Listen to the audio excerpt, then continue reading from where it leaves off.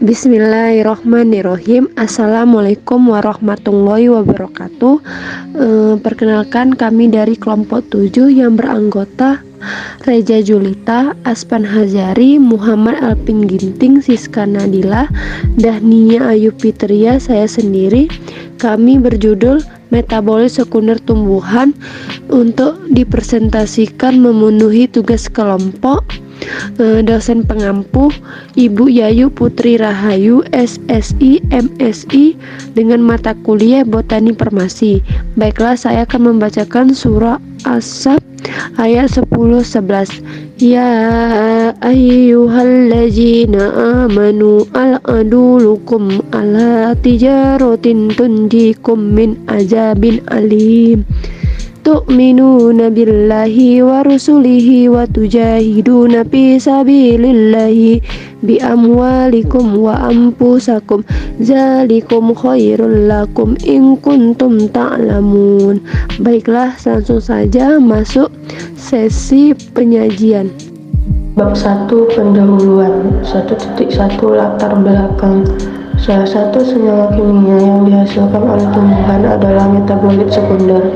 Metabolit sekunder merupakan hasil metabolisme yang dikeluarkan tanaman.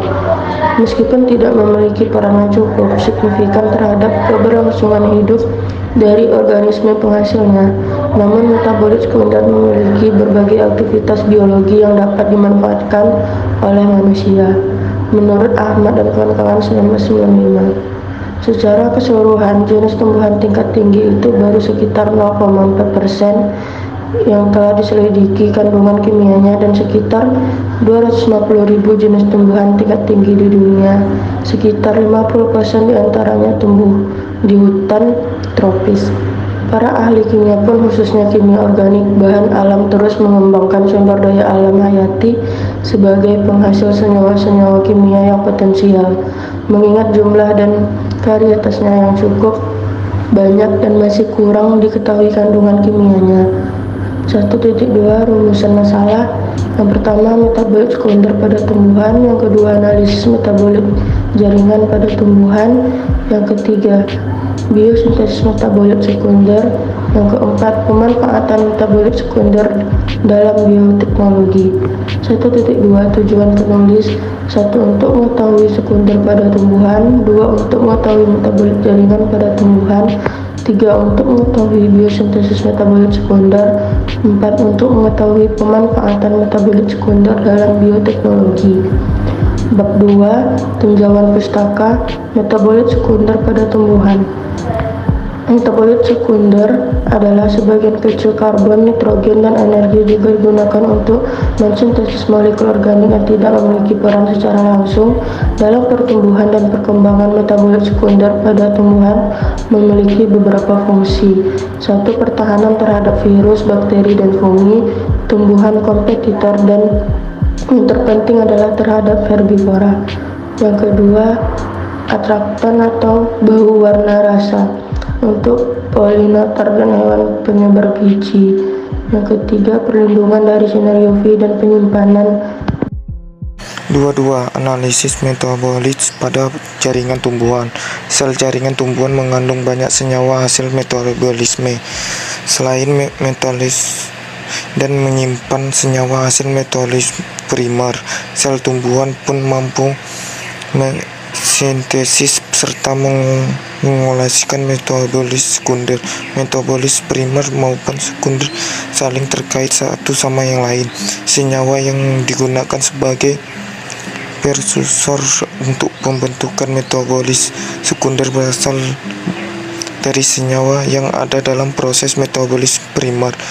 Tidak setiap tumbuhan menghasilkan senyawa metabolis sekunder yang serupa maupun metabolis sekunder umum terjadi pada tumbuhan. Akumulasi metabolis pada tumbuhan dapat terjadi dalam sel, misalnya pada sitoplasma alkohola plastik pada dinding sel atau pada suatu yaitu kompartemen khusus di antara sel. Selain mengakumulasikan metabolis baik primer maupun sekunder, beberapa tumbuhan pun mengakumulasikan kristal pada beberapa organ. Kristal ini pun digunakan oleh tumbuhan sebagai salah satu komponen untuk pertahanan diri. Kristal-kristal ini dapat ditemukan pada berbagai organ tumbuhan, terutama pada sel parenkim yang dinamakan endoplasma. Pada umumnya, kristal pada tumbuhan tersusun atas dua komponen yang berbeda, yakni asam oksalat atau asam karbonat. Selain itu, bentuk kristal pun beragam, antara lain berbentuk pasir, jarum, reda, kubus, terus atau berbentuk sitolis. Saya akan melanjutkan presentasi dari Asvan, biosintesis metabolisme sekunder. Ada 3 jalur utama biosintesis MS, yaitu melalui 1. Jalur asam sigmat, 2. Jalur asam mevalonat dan metileritritol fosfat, serta jalur malonat. Jalur biosintetik berasal dari berbagai prosekunder metabolisme primer. Prekursor adalah molekul yang digunakan oleh enzim biosintetik sebagai substrat dan dikonversi menjadi suatu produk. Sebagai contoh, asam sigmat bisa menjadi senyawa intermediate untuk metabolisme asam amino dan juga sebagai prekursor enzim biosintetik berikutnya, atau sebagai produk akhir dari reaksi tertentu dalam suatu skema reaksi yang kompleks dengan banyak simpangan. Tersebut merupakan kelas MS terbesar dengan ciri pada umumnya tidak larut air. Produknya bisa berupa senyawa intermediate, jadi digunakan sebagai prekursor enzim biosintetik berikutnya atau sebagai produk akhir dari reaksi tertentu. Dalam suatu skema reaksi yang kompleks dengan banyak simpangan, suatu senyawa intermediate secara simultan juga merupakan prekursor untuk bagian lain dari jalur reaksi. Pemanfaatan metabolit sekunder dalam bioteknologi. Metabolit sekunder telah berevolusi menjadi senyawa pertahanan hidup tumbuhan dengan mengganggu target-target farmakologis. Semakin berkembang karena manusia tertarik potensinya untuk kepentingan manusia melalui bioteknologi. Bidang utama adalah phytomedicine, dan ribuan tumbuhan sudah dimanfaatkan di seluruh dunia untuk menyembuhkan berbagai penyakit. Metabolit sekunder pada awalnya diproduksi secara konvensional dengan cara mengekstraksi dan mengisolasi dari tumbuhan yang ada di alam. Semakin berkembang pengetahuan dan teknologi, produk MS skala besar dipacu dengan berbagai strategi melalui seleksi tumbuhan dengan sifat unggul, kultur sel dan organ, dan melalui rekayasa genetik. Bab 3. Aplikasi botani farmasi.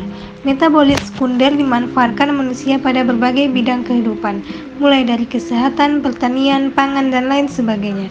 Seiring dengan semakin berkembangnya ilmu pengetahuan dan teknologi, hingga kini sudah puluhan ribu MS diisolasi dan dikarakterisasi, bahkan banyak yang sudah diperdagangkan.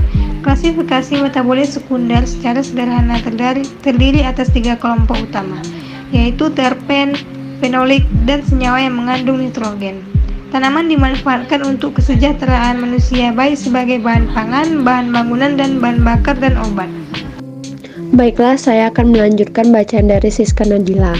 Dengan kemajuan teknologi, produksi metabolit sekunder tidak hanya dilakukan secara konvensional, tetapi juga melibatkan rekayasa genetika dan kultur jaringan.